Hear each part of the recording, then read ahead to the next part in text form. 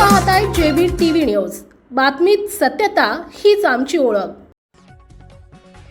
तुझको मिर्ची लगी तो मैं क्या करूं, मुख्यमंत्री देवेंद्र फडणवीस यांचा हल्लाबोल। बिनविरोध नगरसेवक निवडून येण्याच्या मुद्द्यावर विरोधकांवर मुख्यमंत्री देवेंद्र फडणवीस यांनी धुळ्याच्या सभेत टीका केली। तुझको मिर्ची लगी तो मैं क्या करूं असा खोचक टोला लगावला। काँग्रेसच्या काळामध्ये अनेक खासदार, आमदार, लोकप्रतिनिधी हे बिनविरोध निवडून येत होते, त्यावेळेस आक्षेप घेतला गेला नाही। मात्र आता भाजपचे लोकप्रतिनिधी बिनविरोध निवडून येत असल्याने विरोधकांना मिरच्या लागल्याचा आरोप फडणवीस यांनी केला आहे। मुख्यमंत्र्यांनी विरोधकांना टोला लगवत जनता भाजप सोबत आहे, त्यामुळे जितका विरोध करायचा आहे तितका करा असं खुलं आवाहन विरोधकांना केलं आहे। विरोधकांना भाजपचं यश सहन होत नाही, त्यामुळे त्यांना मिरची लागली आहे असं सांगत महानगरपालिकांच्या निवडणुकांमध्ये भाजप सर्वात मोठा पक्ष राहील, तसंच धुळे महानगरपालिकेत भाजपची सत्ता येईल असा विश्वास त्यांनी व्यक्त केलाय। धुळे शहरात 4 नगरसेवक बिनविरोध निवडून दिल्याबद्दलही त्यांनी धुळेकरांचे आभार मानले। त्याचप्रमाणे धुळे महानगरपालिकेच्या निवडणूक प्रचारासाठी आलेल्या मुख्यमंत्री देवेंद्र फडणवीस यांनी धुळे शहर विकासाच्या घोषणांचा पाऊस पाडला। यावेळेस त्यांनी धुळे शहरासाठी MIDC पाणी पुरवठा योजना, सांडपाणी व्यवस्थापन, रस्त्यांसाठी निधी तसेच पूर पाण्याच्या व्यवस्थापनासाठी निधी देण्यासह अनेक योजनांची घोषणा करत सत्ता आल्यास सर्व कामांसाठी निधी दिला जाईल असं आश्वासन मुख्यमंत्री फडणवीस यांनी दिले आहे। धुळेकरांसमोर घोषणांचा पडलेला हा पाऊस आणि त्यानंतर त्याचे परिणाम हेच 16 तारखेला स्पष्ट होतील। मुख्यमंत्र्यांच्या शब्दावरती धुळेकर विश्वास ठेवतील का अशी चर्चा आता सुरू झालेली आहे। मागच्या निवडणुकीत दिलेली सर्व आश्वासनं सत्ता आल्यानंतर आपण पूर्ण केल्याचंही मुख्यमंत्री सांगायला विसरले नाहीत। मुख्य संपादक जतीन बोरसे। माझ्या लाडक्या बहिणी आणि तितक्याच लाडक्या भावांनो, खरं म्हणजे बहिणींची संख्या भावांपेक्षा जास्त आहे हे मात्र मान्य केलं पाहिजे।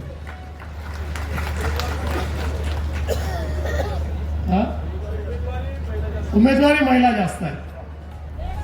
आज खरं म्हणजे गिरीश भाऊंचं भाषण होणार होतं, पण त्यांचा आवाज थोडा बसलाय।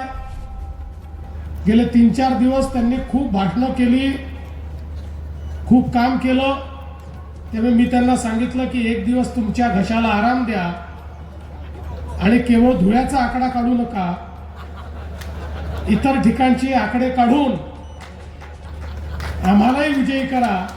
हे गिरीश भाऊंना मी सांगितलं। फक्त पत्रकारांच्या सोयीकरता सांगतो, गिरीश भाऊ फक्त राजकारणातले आकडे काढतात, दुसरे कुठलेही आकडे ते काढत नाही। आज खरं म्हणजे पत्रकार दिवस देखील आहे, त्यामुळे आमच्या सर्व पत्रकार बंधूंना देखील मी या ठिकाणी मनापासून शुभेच्छा देतो। खरं म्हणजे व्यासपीठाच्या समोर उजव्या बाजूला आपलं ग्रामदैवत कुलस्वामिनी आई एकविरा माता आहे, व्यासपीठाच्या मागे महाकाली माता आणि महाबली पंचमुखी हनुमान आहे आणि त्यांच्या या पावन सानिध्यामध्ये आज ही सभा आपली होते।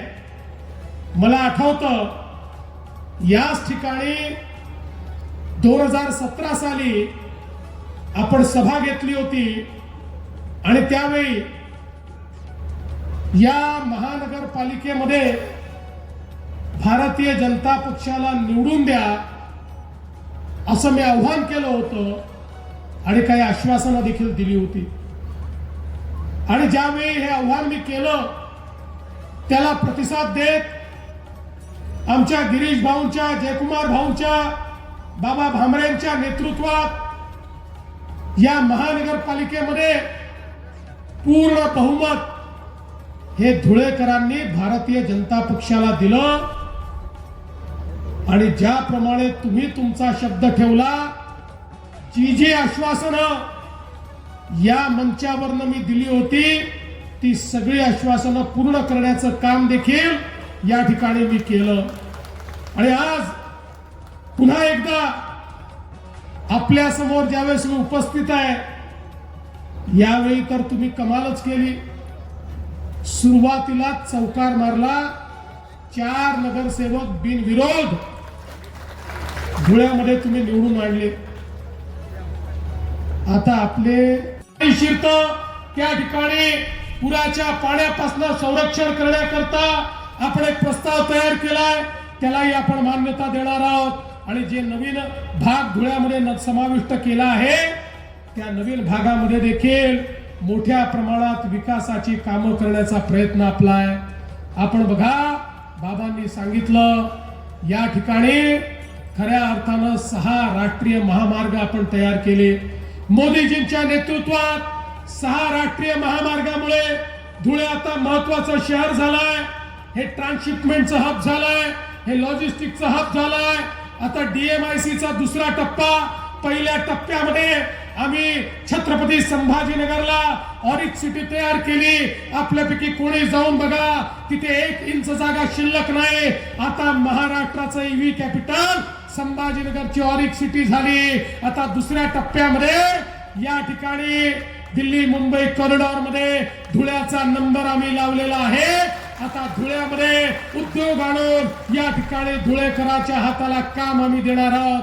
त्याची सुरुवात झाली आहे आणि यासोबतच आमचे अनूप भैया 2000 एकराकरता सातत्याने पाठपुरावा करतात. अडचणी आहेत, जुन्या त्याच्यावर अनेक नोंदी आहेत, पण पाठपुरावा करत राहा.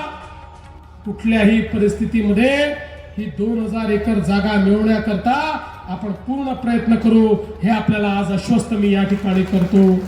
एवढंच नाही तर धुळ्याचं विमानतळ जे आहे, या विमानतळाची धावपट्टी देखील आपल्याला मोठी करायची आहे. या धुळ्याच्या विमानतळावरनं विमानं उडाली पाहिजेत, या दृष्टीनं पुढच्या टप्प्यामध्ये आपण काम हातात घेणार आहोत.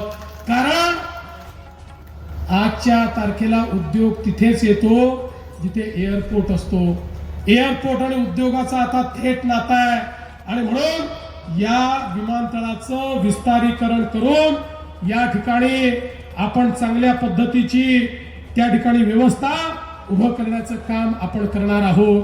आणि म्हणून बंधू भगिनींनो, मी तुम्हाला एवढंच सांगण्याकरता आलो आहे, आपल्याला आता धुळ्याला आधुनिकतेकडे न्यायचं आहे. केवळ आता धुळ्याच्या जुन्या कहाण्या सांगून चालणार नाही, जुन्या इतिहासात रमून चालणार नाही. तो इतिहास उज्ज्वल होता, पण आपल्याला भविष्याचा वेध घ्यायचा असेल तर वर्तमान बदलावं लागेल. आणि वर्तमान बदलायची हिंमत जर कोणामध्ये असेल तर ती मोदीजींच्या नेतृत्वात भारतीय जनता पार्टीमध्ये आहे. हे आपण ठिकठिकाणी दाखवून दिलेलं आहे. आपल्या परिसरातील महत्त्वाच्या बातम्या पाहण्यासाठी आजच आमच्या JBTV न्यूज चॅनलला YouTubeवर सबस्क्राईब करा आणि बेल आयकॉन